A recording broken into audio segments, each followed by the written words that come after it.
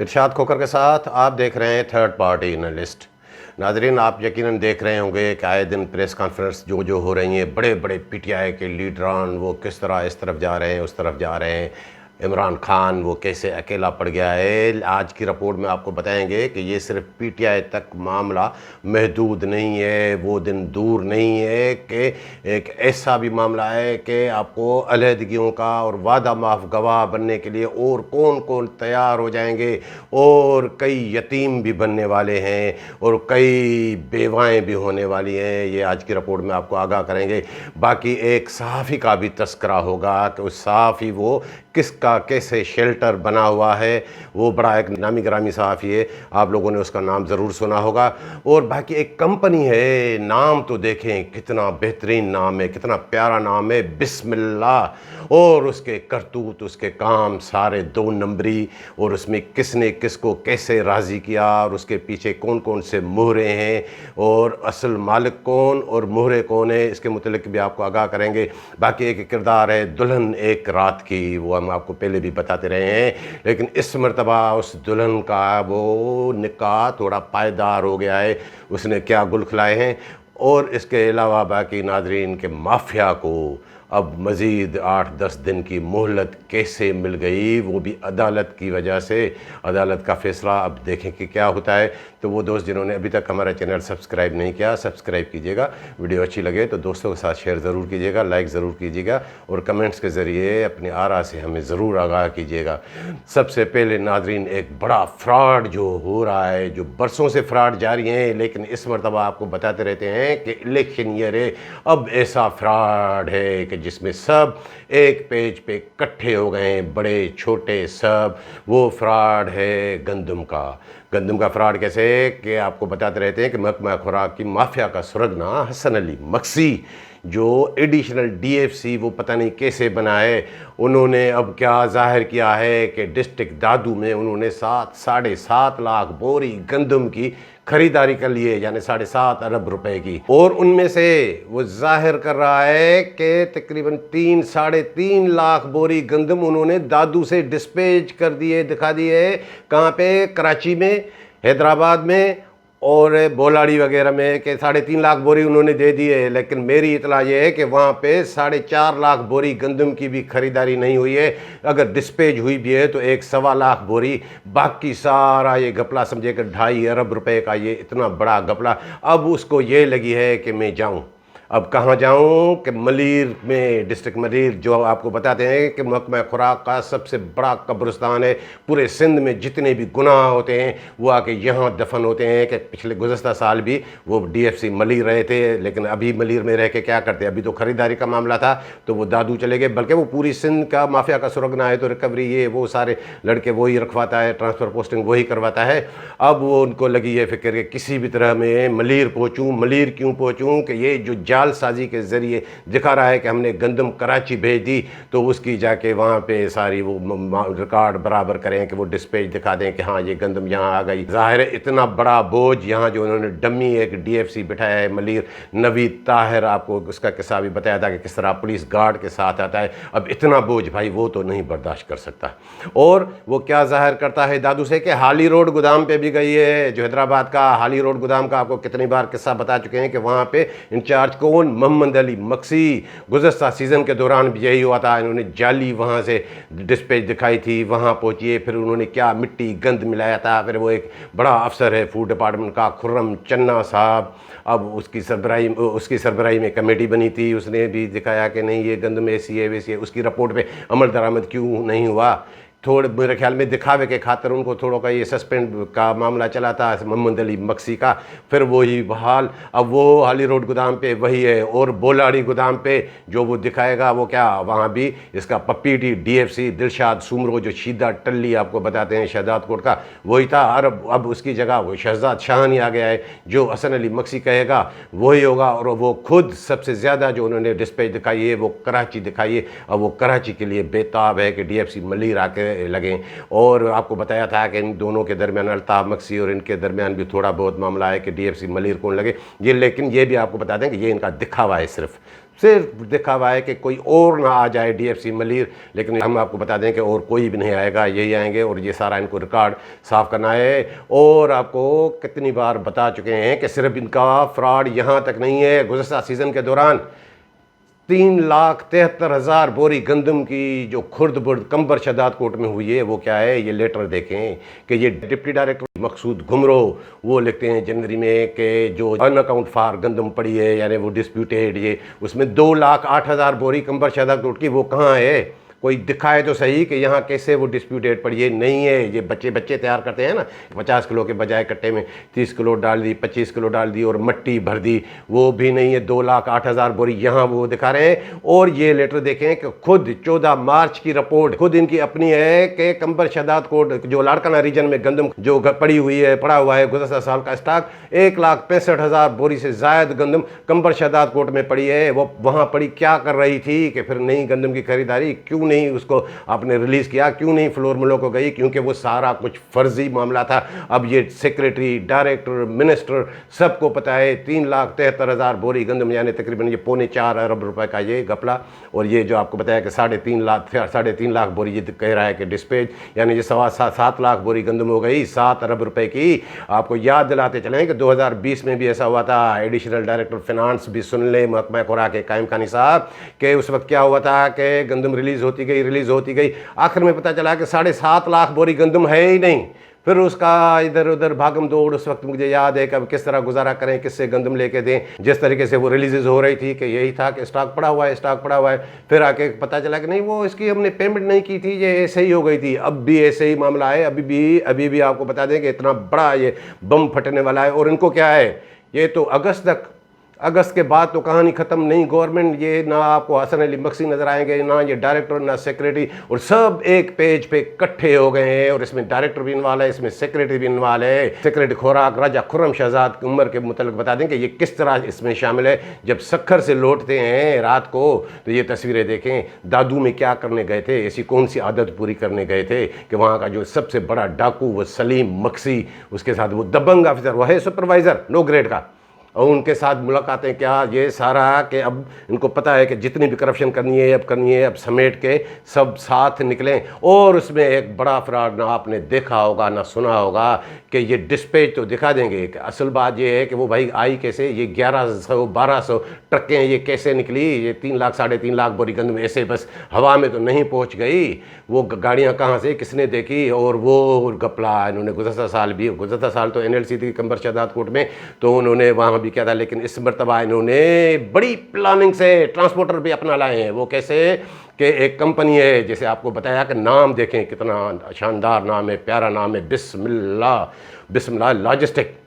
ये private company है। ये मेरे जो मालूम किया है, इसकी थोड़ी मैंने छानबीन की, इसका मालिक कोई न्याजी है, पठान है, और उनका असल कारोबार ऑयल टैंकर्स का है। वो यहाँ फूड डिपार्टमेंट में आने के लिए तैयार ही नहीं थे कि नहीं ये हमारा काम अपना चल रहा है, यहाँ कौन जाएगा। उनको घेर के लाने वाले कौन, वो सिर्फ वहाँ बैठा हुआ है और फ्रंट मैन उसका काम चला रहा है। वो आपको बताते रहते हैं ना कि महकमा खुराक में बड़ी चट्टी परवेज़ भट्टी, वो तो है ही है। अब एक और भट्टी आ गया है, सलीम भट्टी, मेरे ख्याल में ये नौशर फिरोज साइड के हैं। वो अब सारा काम उनका चला रहा है कि, और वो आए कैसे, उसको घेर के लाने वाले कौन, उसमें ये जो घुमरो है डिप्टी डायरेक्टर हैदराबाद और कराची मकसूद घुमरो, वो भी शामिल।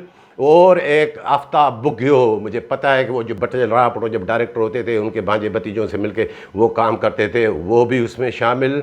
और ये वसीम जमाली जो कफन चोर आपको बताते हैं, वो भी इसमें शामिल। ये सब इसको ऐसे करके घेर के लाए सलीम भट्टी, और इन्होंने कार्टेल बनाया कि आपको ट्रांसपोर्ट का ठेका दिलवाते हैं, फिर वो उसी की आड़ में गंदम की ट्रकें निकालेंगे। जी गंदम, अब ट्रांसपोर्टर खुद तो वो तो कहेगा कि भाई मैं ट्रांसपोर्टर हूँ, ये सरकारी गंदम ले जा रहा हूँ, लेकिन मेरे ख्याल में उनको इतना वो मौका नहीं मिला। और वो जैसे आपको बताया कि वो असल कारोबार उनका ऑयल टैंकर्स का है और वाटर टैंकर्स का है। तो ये आपने वीडियो भी देखें कि ये इस तरह गंदम ये पकड़ी गई कि वाटर टैंकर में गंदम आ रही है। कितनी तजुब की बात है। वैसे गंदम आने के तो कई तरीके हैं, ये तस्वीर भी देखेंगे, ये डंपर रेती बजरी का, उसमें गंदम कैसे आ रही है। और ये भी देख लें कि ये मुसाफिर कोच, उसमें गंदम, यानी जब उन्होंने जो उनके नेटवर्क नहीं है वो तो ऐसे तरीके भी ढूंढेंगे। तो आपको बताने का मकसद ये है कि ये इसको सब घेर के ले आए, और ये कंपनी अब ये बिल बनेगा उन्हें क्या है, उन्हें बिल बना के देंगे भाई, 250 रुपये 200 रुपये बोरी गंदम की ट्रांसपोर्टेशन हुई नहीं, उन्हें भी पैसे मिल जाएंगे। और ये सारा कुछ जो इसका मास्टरमाइंड है, ये सब उसको तोहफा दिया गया है हसन अली मक्सी को, उस कंपनी को बिस्मिल्लाह लॉजिस्टिक। ये जो 2 नंबरी कंपनी है, इसको दादू से कराची तक का भी ठेका है, दादू से बोलाड़ी गोदाम यानी जानशोरों का भी ठेका है, दादू से हैदराबाद का भी ठेका है, नवाब शाह से कराची का भी उसको ठेका है, और नौशेरो फिरोज से बोलाड़ी भी इसी बिस्मिल्लाह लॉजिस्टिक को ठेका दिया गया है कि ये गंदम, अब ये गंदम किस तरह डिस्पैच दिखाएंगे, जिस तरह आपको बताया कि सारा 2 नंबरी काम। और वसीम जमाली, जैसे हमने आपको बताया था कि वो नौशेरो फिरोज गए हैं, तो अब बात समझ में आ रही है कि वो नौशेरो फिरोज क्यों गए हैं। अब नौशेरो फिरोज से बोलाड़ी भी गंदम आनी है, और ये ही सारी जाली जो है डिस्पैच यही दिखाई जाएगी कि अब उनकी कंपनी काम की, अब कंपनी उनके हाथ में है। और ये भी बता दें कि ये इस कंपनी को लाने के लिए क्या नरमी पैदा की गई थी टेंडर में। जी, पहले जो टेंडर आया उसमें यह था कि जो वही ट्रांसपोर्टर इसमें हिस्सा ले सकेगा जिसकी अपनी गाड़ियां हो, तो उसमें तो एनएलसी के अलावा कोई उस पर आता ही नहीं था, कोई उतरता ही नहीं था उन शराइत पे पूरा। तो उसमें फिर नरमी की गई कि नहीं ये शर्त ख़त्म की जाती है। तो उसके बाद इस बिस्मिल्लाह लॉजिस्टिक को लाए, मेरे ख्याल में इसका फिर वो थोड़ा कोर्ट में भी मामला गया, और जानबूझ को इनको ठेका दे दी गए। अब जब ट्रांसपोर्टर भी खुद हो और खुर्द बुर्द करने वाले भी खुद हो, तो बाकी क्या रह जाता है, ये इतना बड़ा घपला होगा और ये खुद आके यहाँ पे इसको साफ़ करेगा। और नौशेरो फिरोज़ का जैसे हमने बताया आपको कि वसीम जमाली उसी में वो शामिल है, और वसीम जमाली के मुतल्लिक ये भी बता दें कि भाई वो भी जमाली है। जैसे हमने आपको बताया कि एक सहाफ़ी का तस्करा भी होगा, ये वसीम जमाली का। आपको बता दें कि कई लोग कहते हैं कि ये इसका सोर्स है, इसकी वजह से पोस्टिंग, इसकी वजह से, हाँ वो होता रहा है माजी में, बचल रहा पटरोस को नवाजते रहे, ये करे, लेकिन अब उसका सोर्स जो है वो अपना एक जो है जमाली है, वो एक नामी ग्रामी सहाफ़ी, वो भी खैरपुर का है असल, लेकिन वो कराची में ही रहा है, वो बड़े बड़े ओहदों पर भी रहा है सहाफ़ती इन पे। वो जमाली साहब वो इसके दोस्त हैं और इसके बिज़नेस पार्टनर भी हैं। वो पोल्ट्री फार्म का बिज़नेस हो या जो है माइंस का बिज़नेस हो, औरों में कहीं में, और एक दो इसके इनके जो है कोई रिश्तेदारों को नौकरी वोकरी भी दिलवाइए। जब उस जमाली सहाफ़ी का नाम आया तो मैं समझ गया मुकेश चावला उसके आगे क्या है, वो बड़े बड़े अफसरान कोई वो पोस्टिंग कराता है, वो उसका वो धंधा है पुराना। तो अभी इसका मेन सोर्स जो है इस वसीम जमाली कफन चोर का, आपको गुज़श्ता व्लॉग में बताया था कि किस तरह ये सिर्फ अपने चचा और चचा इसका जो इसका ससुर था उसका भी कातिल निकला है। अब इन लोगों की पोस्टिंग तो भाई होती रहेगी।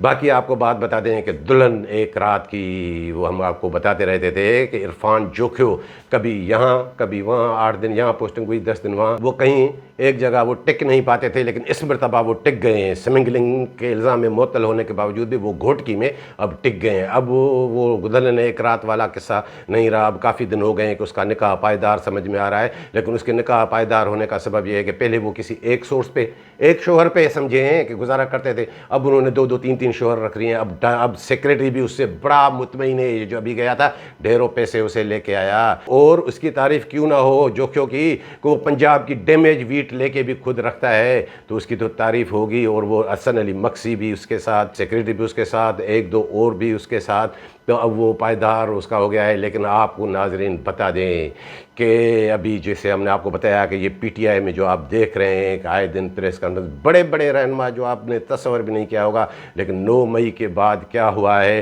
कि ये सब तितर बितर अब अकेला जमा पार्क में इमरान खान बैठा हुआ है, वो भी हमने दौर देखा था, और एक कमेटी भी बन गई है। अब देखें कि मुराद सईद कहाँ से वो दरियाफ्त होता है, वो कई लोग कह रहे हैं कि वो जमा पार्क में, लेकिन आपको बता दें कि गुज़श्ता व्लॉग में भी हमने आपको थोड़ा इशारा दे दिया था, हो सकता है कि ये मामला जीबी तक, गिलगित बल्तिस्तान तक भी जाए, और बड़ी बड़ी अब माफियाँ तलाफियाँ वो आप जो देख रहे हैं वो हो रही हैं। आपको बता दें कि ये चंद महीनों की बात है, माफिया तलाफियाँ और वायदा माफ गवाह का सिलसिला यहाँ भी ऐसा शुरू होगा कि आप देखते रहेंगे कि ये क्या हो रहा है कि ये हसन अली मक्सी जो गोरपट इसने जो ये सिलसिला शुरू किया है, ये मामा लालू ग्रुप जो इसने बनाया है, अब ये इसका सिलसिला क्या हमेशा तक रहेगा?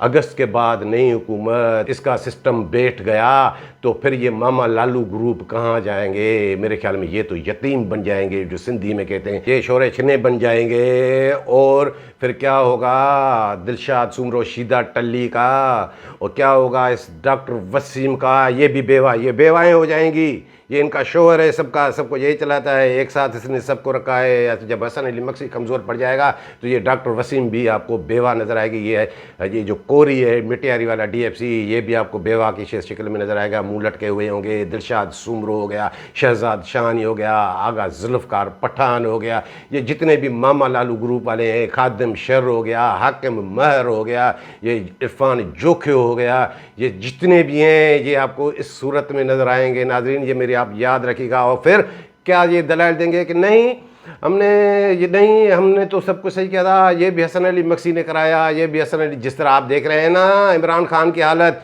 इसकी भी ऐसी होगी। और बज़ाहिर भाई मुझे तो डर लगता है बताते हुए भी कि ये हसन अली मक्सी वाले क्या जो है तासर देते हैं कि नहीं नहीं नहीं नहीं कुछ भी नहीं होगा, अब हमारा मामला इस्टेब्लिशमेंट से बन गए हैं।